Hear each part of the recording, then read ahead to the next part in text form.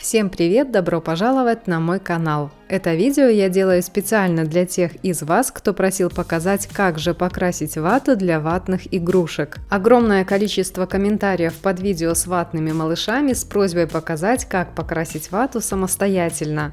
И я хочу сказать, что это очень-очень просто, и каждый из вас справится.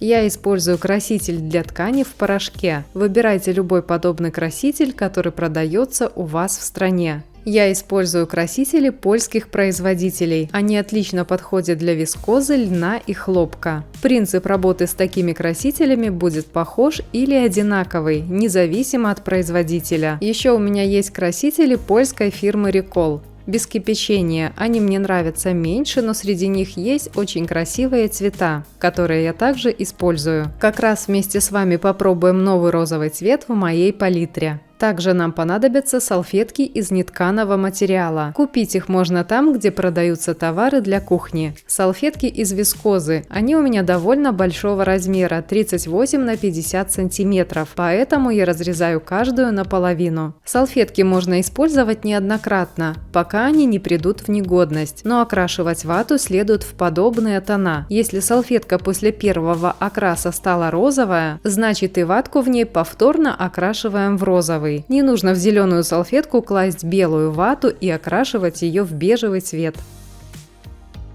У меня получилось 2 салфетки. Заворачиваем ватку. Я буду использовать льняную и хлопковую вату. Окрасим 2 кусочка.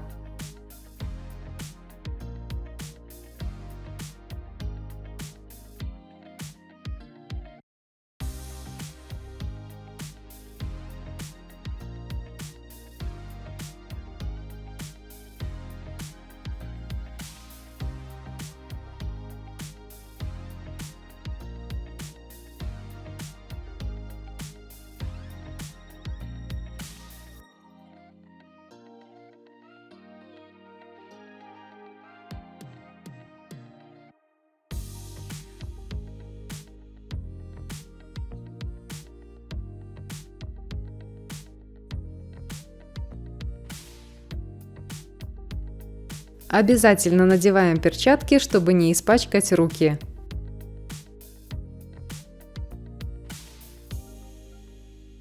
Нам понадобится большая ненужная кастрюля, которая не используется для приготовления пищи. Набираем достаточное количество холодной воды, в зависимости от того, сколько кусочков ваты вы хотите покрасить. У меня это примерно 2 литра. В этом объеме воды, конечно же, можно покрасить и больше, чем 2 кусочка ваты. Ставим воду на плиту, она должна подогреться.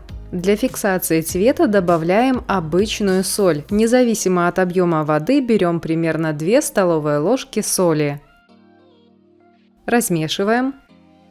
Пока вода греется, быстро разводим краситель. Красители могут быть разной степени пигментации. Даже разные цвета могут иметь пигмент разной интенсивности. Можно развести меньше, при необходимости добавить. Разводим горячей водой. Хорошо размешиваем, чтобы краска растворилась. Аккуратно выливаем в кастрюлю с теплой водой.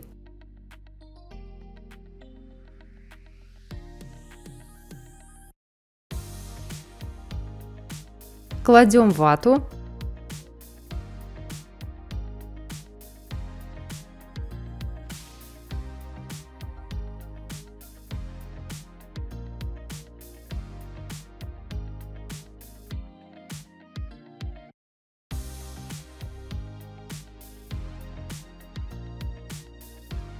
Доводим до кипения. Ватку я иногда аккуратно помешиваю.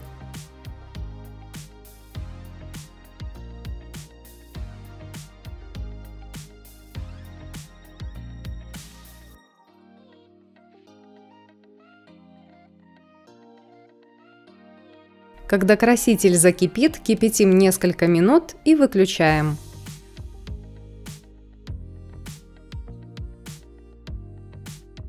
По инструкции нужно подождать, пока краситель полностью остынет. Я так не делаю. Вытаскиваю вату, ополаскиваю кастрюлю и сразу же ставлю подогревать воду для следующего красителя.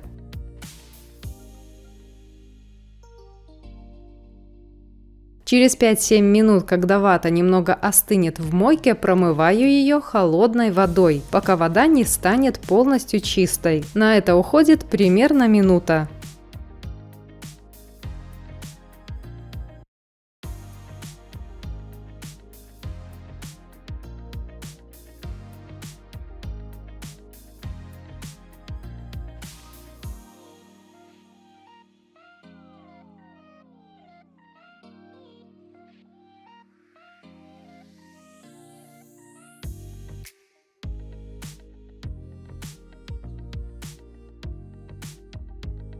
Складываем и аккуратно отжимаем, чтобы меньше деформировать вату.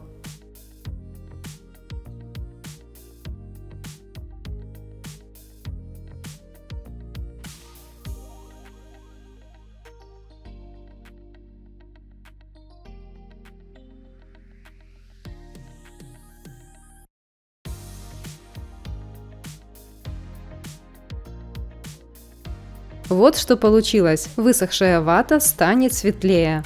Теперь промываю льняную вату.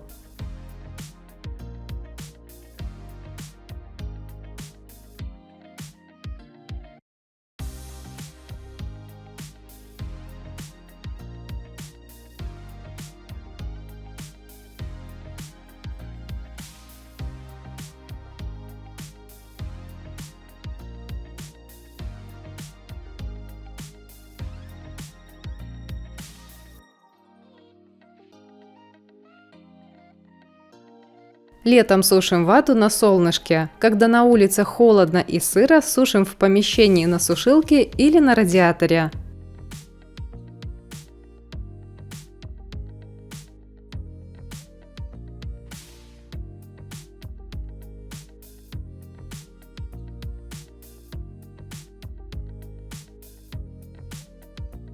На теплом радиаторе вата высохнет в течение дня.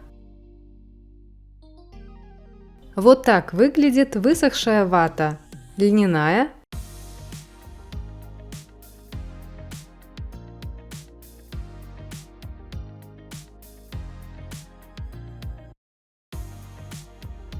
и хлопковая. Как видите, вата отлично прокрашена и готова к работе. Надеюсь, это видео вам пригодится и будет полезным. Благодарю за внимание, скоро увидимся. Пока!